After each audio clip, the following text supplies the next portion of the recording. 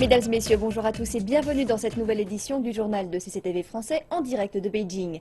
Nous ouvrons tout de suite ce journal avec la COP21. À Paris, les négociateurs de la conférence sur le climat sont parvenus à un accord. D'après une source gouvernementale française, ce projet d'accord sera présenté au ministre. La Chine reste quant à elle attachée au principe de responsabilité commune mais différenciée. Les pays émergents et en développement ont demandé aux pays développés de respecter leurs obligations liées à la réduction de leurs émissions et à l'aide envers les pays en développement pour combattre ensemble le changement climatique. La conférence de 2 semaines qui se déroule à Paris a été prolongée de 24 heures. Elle doit donc s'achever ce samedi.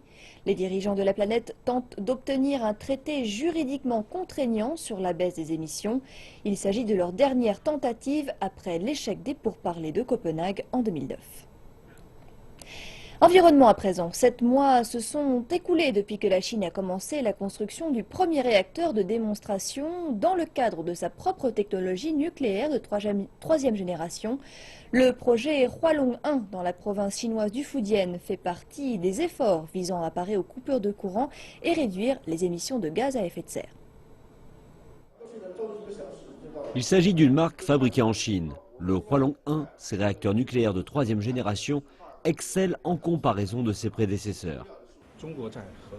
La sécurité de la technologie nucléaire chinoise fait partie des plus avancées au monde en termes d'innovation sur la sécurité nucléaire et d'établissement des standards de sécurité. Il a tiré les leçons des réacteurs de deuxième génération lors de l'accident nucléaire de Fukushima et a ajouté des systèmes de sécurité passifs. Il utilise également une double enveloppe de confinement et peut résister au crash d'un grand avion de ligne et d'un séisme de magnitude 8. Avec 177 blocs de carburant assemblés dans le réacteur central, la puissance produite peut être accrue d'environ 10%. Le premier réacteur de démonstration Hualong 1 est construit dans le sud-est. La centrale nucléaire de Fuqing est en train de construire un site modèle afin de présenter la puissance technologique nucléaire de Hualong 1. Cela ouvre un canal pour permettre aux technologies nucléaires chinoises de se développer sur la scène internationale. 2 de plus seront prochainement construits, un ici et un autre à Fangchenggang, dans la région autonome Zhuang du Guangxi, dans le sud de la Chine. Les entreprises chinoises du secteur nucléaire ont signé de gros accords en 2015 en vue de construire à l'étranger. Et les perspectives de coopération sont immenses. De nombreux pays sur la trajectoire de l'initiative Une ceinture et une route sont dans leur phase de développement économique. Ils ont une importante demande en énergie. Contrairement aux centrales travaillant avec les carburants fossiles, les installations nucléaires ne génèrent pas d'émissions. Les radiations à l'égard des personnes vivant à proximité durant une année sont plus basses qu'effectuer un vol en avion. Le concepteur en chef de Hualong 1 déclare que les déchets des centrales nucléaires sont strictement contrôlés. La technologie actuelle a réalisé cela et il y aura une meilleure technologie à l'avenir. L'industrie chinoise du nucléaire fait évoluer sa technologie. La recherche et la production de la 4e génération de réacteurs sont déjà en cours. Environnement toujours. Pendant des siècles, la morue de l'Atlantique, également appelée cabillaud, était le poisson le plus populaire et abondant dans la région de l'Atlantique Nord. Mais les chercheurs lancent un cri d'alarme. Les morues seraient au bord de l'extinction en raison de l'impact du réchauffement climatique. À New York, dans un restaurant de fish and chips, on sert de la morue de l'Atlantique. La plupart des clients ignorent tout du fait que ce poisson pourrait se voir bientôt retiré du menu. Pendant des milliers d'années, le cabillaud était extrêmement abondant et les pêcheurs disaient en riant qu'ils pourraient traverser l'Atlantique en marchant sur leur dos. Mais ces dernières décennies, les chalutiers ont été responsables de surpêche. Les autorités de contrôle ont imposé une réduction des quotas drastiques, pensant pouvoir reconstituer les réserves. Mais selon une étude publiée dans le magazine Science, la forte augmentation de la température de l'océan dans le golfe du Maine a supprimé la capacité de la morue à se reproduire. Des scientifiques travaillant pour l'Agence américaine d'observation océanique et atmosphérique, ou NOAA, se sont rassemblés pour discuter des données. Il y a des preuves scientifiques très claires que le changement climatique et le réchauffement des océans affectent la distribution et la productivité des réserves de poissons, en particulier en Nouvelle-Angleterre où pour diverses raisons, le réchauffement de l'océan est plus fort. L'étude montre que les eaux situées entre le Maine et les provinces maritimes du Canada se sont réchauffées 99,9% plus vite que les eaux des océans du reste du monde, principalement en raison de l'impact très fort des courants chauds tels que le Gulf Stream. Nous ne pouvons pas modifier la température du golfe du Maine. Nous ne pouvons pas changer les niveaux d'acidité dans le golfe du Maine. Nous pouvons juste jouer sur les niveaux de pêche et nous ne connaissons pas vraiment l'influence de ce facteur. On peut abaisser les quotas de pêche, mais cela ne signifie pas forcément que les réserves vont revenir au niveau d'avant. Les réserves de morue de l'Atlantique ont été récemment calculées. Elles seraient environ 3 ou 4% des seuils de renouvelabilité. Les chercheurs sont ainsi convaincus qu'il existe un lien entre le réchauffement de ces eaux et la capacité de reproduction du cabillaud. Mais ce qu'ils ignorent, c'est la manière dont la morue va s'adapter à ces conditions à l'intérieur de son écosystème, comment elle va évoluer. Malgré des quotas de pêche 95% inférieurs à ce qu'ils étaient auparavant, les scientifiques estiment qu'il leur est impossible de prévoir si cela s'avérera suffisant pour sauver la morue de l'Atlantique de l'extinction. Les Néo-Zélandais ont fait le premier pas vers un changement de drapeau après la mise en place d'un référendum public sur cette question. Le drapeau actuel a été adopté il y a 113 ans et portait l'Union Jack pour refléter l'héritage britannique du pays. Mais les citoyens doivent désormais décider s'ils veulent le remplacer par un nouveau dessin, à savoir un brin de fougère argentée. Flottant haut dans le ciel bien au-dessus du port d'Auckland, l'actuel drapeau néo-zélandais représente un Union Jack bien distinct qui reconnaît la fondation du pays en tant que colonie britannique. Mais le gouvernement veut du changement. Un référendum vient juste de se tenir entre 5 dessins différents. Et après les premiers votes, le principal choix s'est porté sur un dessin noir, blanc et bleu, avec une fougère en argent et une croix du Sud. Nous devons rester fiers et dire « Nous sommes la Nouvelle-Zélande ». Chris Mullane a porté bien haut un nouveau dessin de drapeau durant toute l'année et il déclare qu'il est temps d'accepter la fougère d'argent. La fougère est partout sur nos plaques d'immatriculation, sur nos passeports et c'est déjà un emblème officiel de la Nouvelle-Zélande. Donc pourquoi ne pas fièrement l'attraper et la montrer afin que tout le monde puisse la voir? Cependant, l'association des services des vétérans de la guerre veut conserver le drapeau actuel car plus de 30 000 Néo-Zélandais sont morts au combat sous ce drapeau durant 100 ans. Il s'agit d'une bannière sous laquelle ils ont combattu. Ils ont marché dessous ce drapeau et il a été ici pendant très longtemps. Ce projet de drapeau coûtera 26 millions de dollars néo-zélandais. Mais les sondages indiquent que la plupart des personnes ne veulent pas de changement. 60% ont déclaré qu'ils soutenaient le drapeau actuel et 12% veulent un changement. Et 28% pourraient changer d'opinion en fonction du dessin proposé. La dernière phase du processus de décision se déroulera en mars prochain quand il y aura un autre référendum visant à choisir entre l'actuel drapeau et l'alternative préférée. Et le débat est houleux quant à savoir lequel représentera la Nouvelle-Zélande. Et l'un des groupes en faveur de l'abandon de l'Union Jack est le groupe République de Nouvelle-Zélande, qui veut qu'un chef d'État indépendant remplace la reine d'Angleterre. L'une des principales questions est l'indépendance. Donc nous pensons que la Nouvelle-Zélande a besoin d'être vue comme indépendante et aucun autre drapeau de pays ne doit apparaître sur notre drapeau. Donc nous sommes en faveur d'un changement du drapeau. 48% des personnes ayant le droit de voter ont participé au premier référendum en vue de choisir une alternative. Mais davantage devraient participer au vote final l'année prochaine. Vous avez ceux qui veulent garder le drapeau actuel, vous avez ceux qui soutiennent la fougère et aussi ceux qui veulent le pic rouge. Donc plutôt que d'être quelque chose qui unit, je pense que cela divise davantage. Et en se basant sur les sondages actuels, davantage de personnes pensent que ce drapeau continuera de flotter au-dessus du port d'Auckland pendant encore un siècle.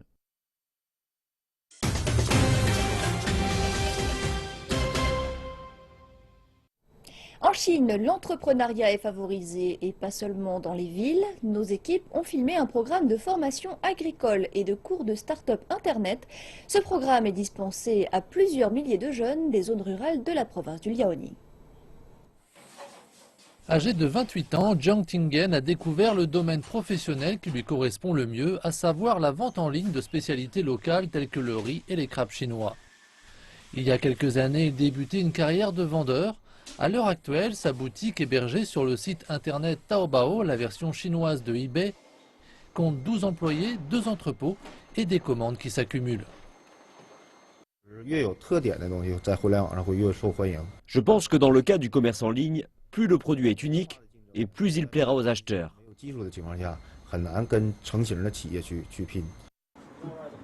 Le succès de Jiang Tingen peut paraître banal, cependant peu d'entrepreneurs de start-up passent le cap de la première année, à plus forte raison lorsque ces entrepreneurs se trouvent en région rurale. Plus que jamais, le développement rural est lié à l'entrepreneuriat, mais à l'heure de la domination d'Internet, les jeunes des zones rurales désireux de mettre sur pied leur propre affaire commerciale se trouvent souvent bloqués par un budget et des connaissances limitées. Pour résoudre ce problème, un programme de formation agricole et de commerce électronique est aujourd'hui dispensé à des milliers de jeunes de Pangjin. Aucune condition n'est exigée pour y participer, si ce n'est un fort désir d'ouvrir son propre commerce. Le programme dure 7 jours. Il couvre des domaines clés du commerce électronique, tels que l'image du produit, les services aux clients, les techniques promotionnelles et la logistique.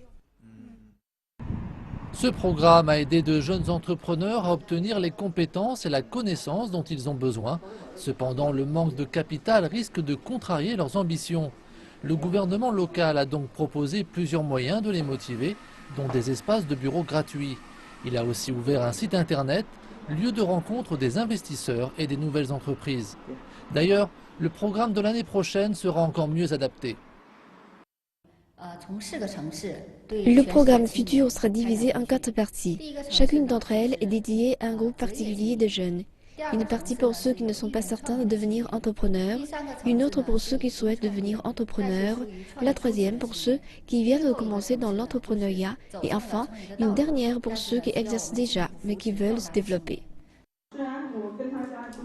Dans le cadre de la campagne nationale de cette année et pour promouvoir l'entrepreneuriat et l'emploi, de nombreuses incitations sont proposées aux jeunes. Des jeunes qui tentent d'ouvrir leur propre entreprise au sein de plateformes financières et politiques comme Beijing ou Shanghai. Par ailleurs, le pays ne veut pas que les régions rurales soient à la traîne. C'est avec une page de l'histoire chinoise que nous terminons ce journal. La résistance du peuple chinois contre l'invasion japonaise a duré 14 ans, de 1931 à 1945. Des millions de soldats chinois ont perdu la vie lors des combats au nom de leur patrie. Parmi eux se trouvait un talentueux pilote, Gao Zhorang. 70 ans après la fin de la Seconde Guerre mondiale, Gao et ses compatriotes sont honorés au mémorial de la résistance du peuple chinois contre l'invasion japonaise. Les histoires de ces défenseurs de la paix rappellent aux visiteurs d'aujourd'hui le prix de la liberté.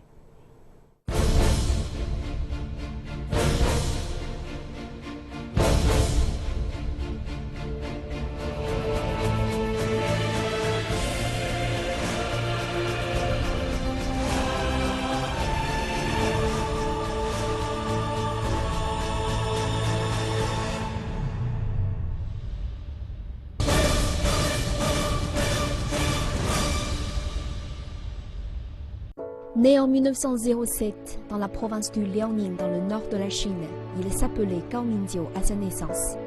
En 1925, Gao Zhorang a été sélectionné comme l'un des 28 jeunes pilotes à suivre un séjour de formation de 2 années en France. En 1931, après l'invasion japonaise de la Mandchourie, les armées du général Zhang Xueliang en charge de la région se retirent sans chercher la confrontation. Déçu par la situation, Gao part alors rejoindre l'armée de l'air du gouvernement de Chiang Kai-shek.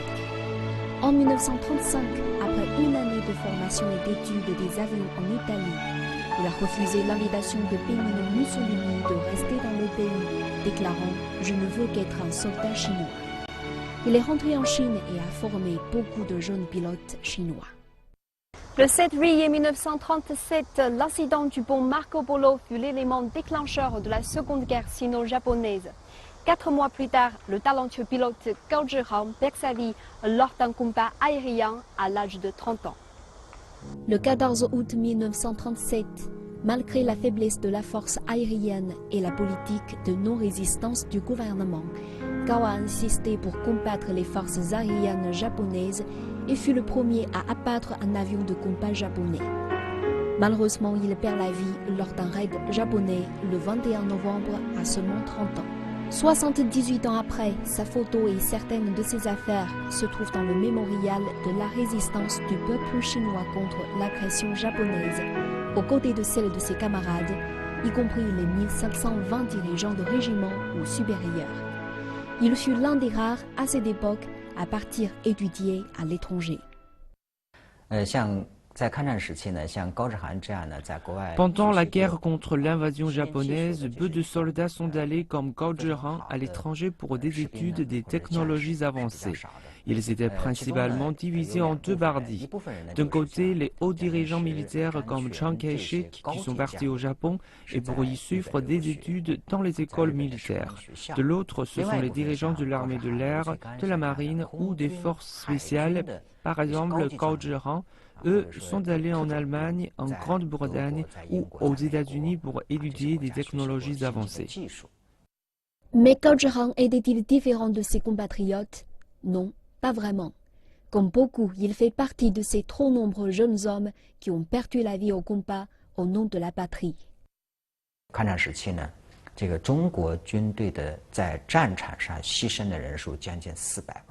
Durant la guerre contre l'invasion japonaise, l'armée chinoise a perdu près de 4 millions de soldats. Un récent recensement a montré que le nombre exact est d'à peu près de 3,8 millions. Nombreux sont ceux qui n'ont même pas laissé un nom. Dans le mémorial, il y a une photo du combat de Yush, un combat des offensives des 100 régiments. Sur la photo, il y avait un soldat très jeune étendu dans une mare de sang. Beaucoup de visiteurs sont étonnés qu'il soit tellement jeune. Mais comment s'appelle-t-il? Personne ne le connaît. Derrière chaque photo, chaque objet exposé, il y a une histoire. Créé en 1987, le mémorial se trouve en plein cœur de la ville de Wanping, tout proche du pont Marco Polo.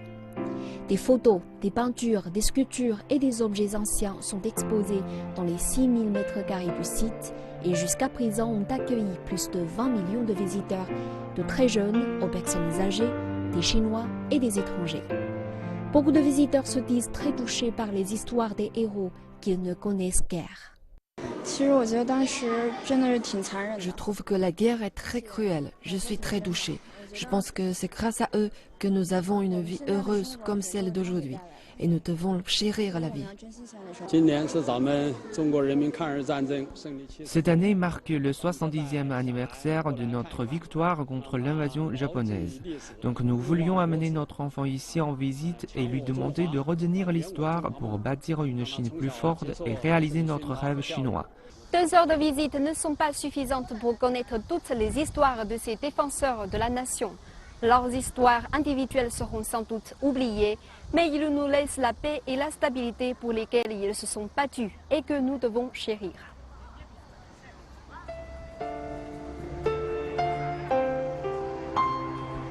Le mémorial a servi dans le passé et continuera à servir de centre à l'avenir pour tous ceux qui ont vécu l'histoire et pour rendre hommage à leurs anciens amis ou camarades et à ceux qui ne connaissent pas l'histoire d'en savoir plus sur les héros qui n'ont épargné aucun effort pour qu'aujourd'hui nous puissions vivre en paix.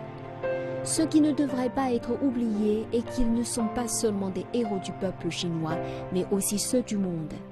Ils ont donné leur vie pour lutter contre le fascisme sur l'un des principaux champs de bataille de la Seconde Guerre mondiale.